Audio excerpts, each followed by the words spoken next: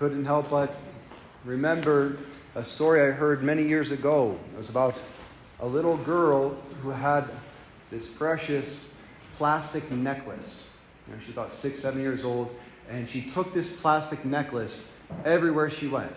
And she'd carry it with her to school every day. She'd wear it in the pool. She'd wear it to bed, wear it to play. No matter what she was doing, she always held on to this plastic necklace on her neck or in her hand. She refused to be departed from it. And one day she was playing in her living room. Her father was sitting in the chair. And her father just said to her, "My daughter, do you love me?" She said, "Yes, Daddy." "Do you know that I love you too?" "Yes, Daddy." "Will you give me your necklace?" She just froze. Right? Just like started backing out of the room as if her father just became an incarnation of the boogeyman. And just walked out, and didn't say a word. And he just kind of left it at that. And a little later on, one day they were driving to school. Her father says to her, "My daughter, do you know that I love you?" He looks at him like, depends on what you're going to say next, She's already catching on. Like, "Will you give me your necklace?" She says, "I can love," and the daughter got very angry. She said, "I can love you and keep my necklace too. Why do I have to divide it? I love both you and I love my necklace. And I want them both." "No." "And why would you ask me that? Why would you ask me to give you what I love if you love me?" And so this became like a common contention between the two. And every once in a while, the father would ask the girl to give him her necklace. But she never did. And one day, the father was sitting in the living room. The little girl walks into the room, head down, face very sad, tears falling down, her lower lip puckered out, kind of like what the Versati boys looked like last night when they were arrested by the police. But that's another story. And he walks over to her. She walks over to him. And she lifts up her hand. And she opens it. And there in her hand is that little plastic necklace. And the father, his face just overcame with joy and excitement and thrill. Kind of like what I looked like last night when I heard the Versati boys got arrested by the police. It was like, finally justice is being served around here. But that's another story. You can talk to them after Mass. She hands him the necklace. And he says to her, "Wait here." And he walks out of the room and comes back and he kneels in front of her. And he opens up a little black box before her. And she opens it, and inside is a real diamond necklace. And he said to her, "I have been waiting so long to give this to you. But I had to wait until you were willing to give up what is fake before I could give you what is real." I think so much of our life is a battle with just that. Idol worship in our life is anything that we put before God, that we elevate or even put in His place, that we love more than the Lord Himself. And I think this is what Christ is speaking to in a sense right before He's leaving His apostles. And He's trying to console them and tell them, "I will not leave you orphans. Do not let your hearts be troubled or afraid. I am going to prepare a place for you. You know my Father. You know His presence. And He will take care of you." And that's the role of a father. The primary role of the father is to be the provider. And provider comes from the Latin providere, means to look ahead. I am looking ahead of where you are going, and I am going to take care of wherever that's going to be. But you have to be willing to let go of this present moment, of whatever you're clinging to that seems to be shining in front of you so brightly, if you are going to receive what I want to give to you. And that's where idols come up in our life. The things in front of us in the present moment that we've come to love and cherish. And little by little, perhaps love more than God Himself.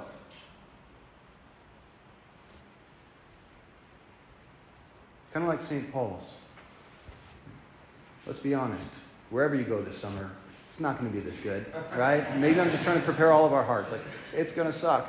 Just because we do things so well around here, right? It's all secondhand after that. But that's the price of glory, right?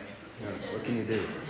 But whatever it is, we tend to cling to the present moment, the creatures in front of us, because we're afraid to walk by faith. And perhaps there's a doubt within us that God will actually take care of us, that He'll be there on the other side to give us what we need when we get there. So we want to cling to what is right in front of us in the present moment because we're so afraid of what our life will be like without that thing. It reminded me of a movie. It's fascinating because last year, on the same last Sunday before break, I had just recently seen the movie Hereditary, Ari Aster film, and just happens that he came out with another film just recently that I saw last week called Beau Was Afraid. And I was like, I got to complete another homily with an Ari Aster film with the same warning that I'm never saying to watch his movies. I just want to talk about it. And one interesting thing is it's all about idol worship, right? Because Beau Was Afraid, it's about this young man who grew up with an overbearing mother, whose father wasn't there in his life, and so his mother almost used him as a surrogate spouse. He became everything to her, and she became everything to him. And the reason it's called Beau Was Afraid is that it's a 3-hour psychological trip. You know, Joaquin Phoenix, who plays a role, he said, my one warning is don't do mushrooms before you go see this movie because it's going to be really hard for you to follow. Like, it is just a very difficult film because you don't know what is real and what is fake. And that's actually how idols work in our life. We see the world through our idols. We see the world through the things that we most love. It colors everything. And it often enslaves us. So because Beau loved his mother so much, and she was the only presence that he had in his life, she did everything to keep him close. And so he was so afraid of the world and everything else and of his own self. And it's all about his journey to try to break out of that mode and actually live his life. And there was a lot of suffering that came with that journey. And I was like, that's exactly what we all have to go through in our own lives when we are trying to break away from the idols that we have come to cling to or to replace in the position of God. An idol is any person, place, thing, or an idea that has been placed above God. Right? And Bob Dylan, that one song, you got to serve somebody. Right? It could be the devil or it could be the Lord, but you got to serve somebody. We're all meant to worship something or someone. We're creatures of worship. Just look at the sports channel. Look at Netflix, whatever it is. It's like we're beauty, cosmetics. Like we want something to worship, to give all of our attention to. And my favorite definition of worship is attention. You want to know like what your personal idol is. What do you think about most? What consumes your thoughts? And what paints the vision of reality for you? Because we all have something. And if it's not the Lord, then it's going to be another creature, a place, or an idea that has taken the place of God. And that's why I think the biggest commandment is the one that is least confessed when we break it, which is the first commandment. The first commandment, you should love the Lord your God with all your heart, soul, mind, and strength, and have no other God before him. There's never a time when we break any of the other 9 commandments to follow if we have not already broken the first commandment. Because one way or another, what we've done is we've created an idol that has started to determine the choices we make and the path we want to go down. And it's usually tangible. That's the one thing I found about idols. The reason it's a creature, we want something we can control. How much easier it is when you want to talk to somebody, when you want to feel affirmed, you want to talk about a problem. How much easier is it to call someone on the phone or find someone to talk to rather than go to prayer? Because prayer, you go into faith. Prayer, you have to go into the mystery of the invisible God we cannot see. So it's so much easier to cling to a human being that we can see.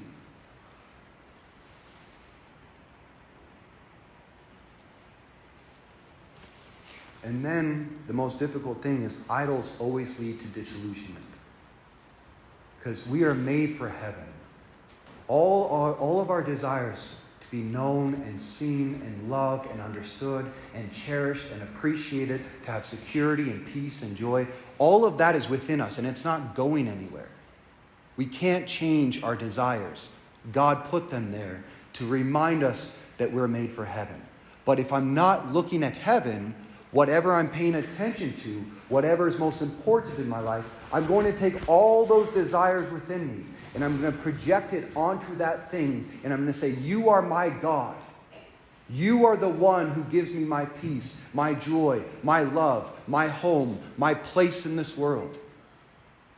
And there's only two ways that we go when we worship creatures.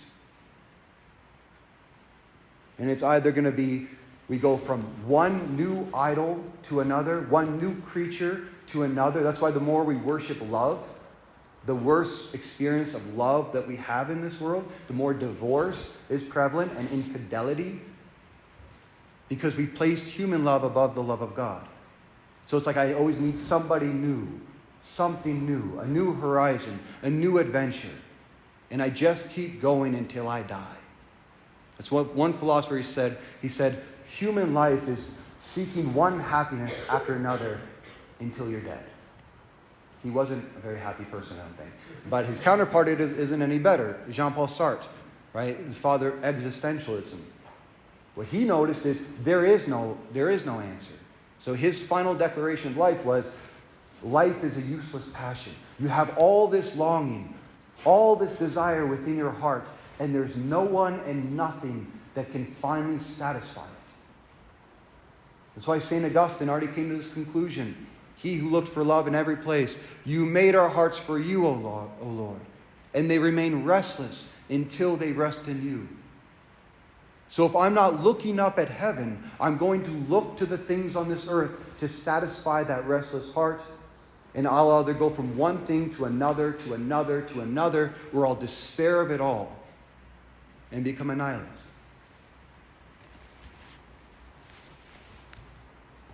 And an interesting thing I learned about idols is we hate what we most love. Love and hate, there's such a close line. Because the more you love anything, the more expectation you have of it. And when it fails you, which it always fails us, our idols, then we have that same resentment and anger against it. Because it wasn't able to fulfill. I'm rereading Dante's Inferno, or his Divine Comedy. And what really hit me about this reading of it, Dante, he's going through all the levels of hell, the levels of purgatory, and the levels of heaven. And his understanding of sin and vice is the most Catholic, purified version I've ever seen. He said, all of sin comes down to this: loving the wrong thing or loving the right thing in the wrong way. It all comes down to what we love. All of sin, all the vices that are being, punished in hell or purified in purgatory, it's the same thing. The only difference is those in purgatory repented before they died. Those in hell refused to accept that they needed to repent. So they just kept loving the things on earth, and now it's their punishment for all eternity. Loving the wrong thing or loving the right thing in the wrong way. It all comes down to what we love. And I just read this book last summer by Rob Dreher, and it's called How Dante Can Save Your Soul. And Rob Dreher, he's a famous author, right? Kind of a political man too, and he has a lot of money, and he has a wife and 3 kids, and what would seem like a perfect Catholic life. And yet he said that no one knew that he suffered from depression and anxiety his entire life. So much so that he couldn't even speak to his wife. He'd spend days in his bed. And no matter what kind of successes or what kind of relationship he had with his wife or his children, he was always empty and disillusioned. And it's because he never fit in with his own family. He always felt rejected by his own father. Like he didn't fit in. And so he spent all his time going to counseling, trying to talk about this, and then changing himself to try to fit into his family, or berating his family because he didn't feel like they lived up to his expectations. And one time he was on a trip to France and he came across the Divine Comedy. And as he was reading the book, he realized, I've made an idol of my immediate family. I wanted my father to be God to me. And because he failed to be my God, my affirmer, the one in my life to tell me how good I am and how worthy I am, I've lived the rest of my life resenting him and not appreciating all the gifts around me. So that was the conversion moment. And this was his final conclusion in that book. He said, we're all trying to get back to the Garden of Eden. We're all trying to get back to heaven. We're longing for the peace and the joy and the love that we had. But I've come to understand that there is only one Eden in this world. And it's within the human heart. And only when we find our heaven with God within our own heart can we truly love others and love ourselves, because we can accept their limitations. And we don't try to make them the answer to our deepest longings in life. We're surrounded by plastic necklaces everywhere. We think we own them, but they end up owning us and keeping us from receiving the promise of Christ that comes when we truly surrender to what he wants to give us, the diamonds of grace. So whatever your idol is, the last thing I want to say is, it's not our job to break our idols. It's not our job to get rid of it and then reorient our hearts. We don't have the power to do that. Don't take Jesus' job from him. All we have to do is be like that little girl and recognize what my plastic necklace is and offer it up to the Father. And that's what we do in every single Mass here. The opening prayer said, may your Paschal mystery continually be accomplished within us. And that's what happens in every Mass that we come to, on this very altar, where the sacrifice of Christ is being offered right here. And when we can recognize our idols and offer those up on this altar every time we come to receive his body, blood, soul, and divinity, then we will truly recognize God himself coming to save us in that host right now. And we can truly cry out from our hearts, save us, Savior of the world. For by your cross and resurrection, you have set us free.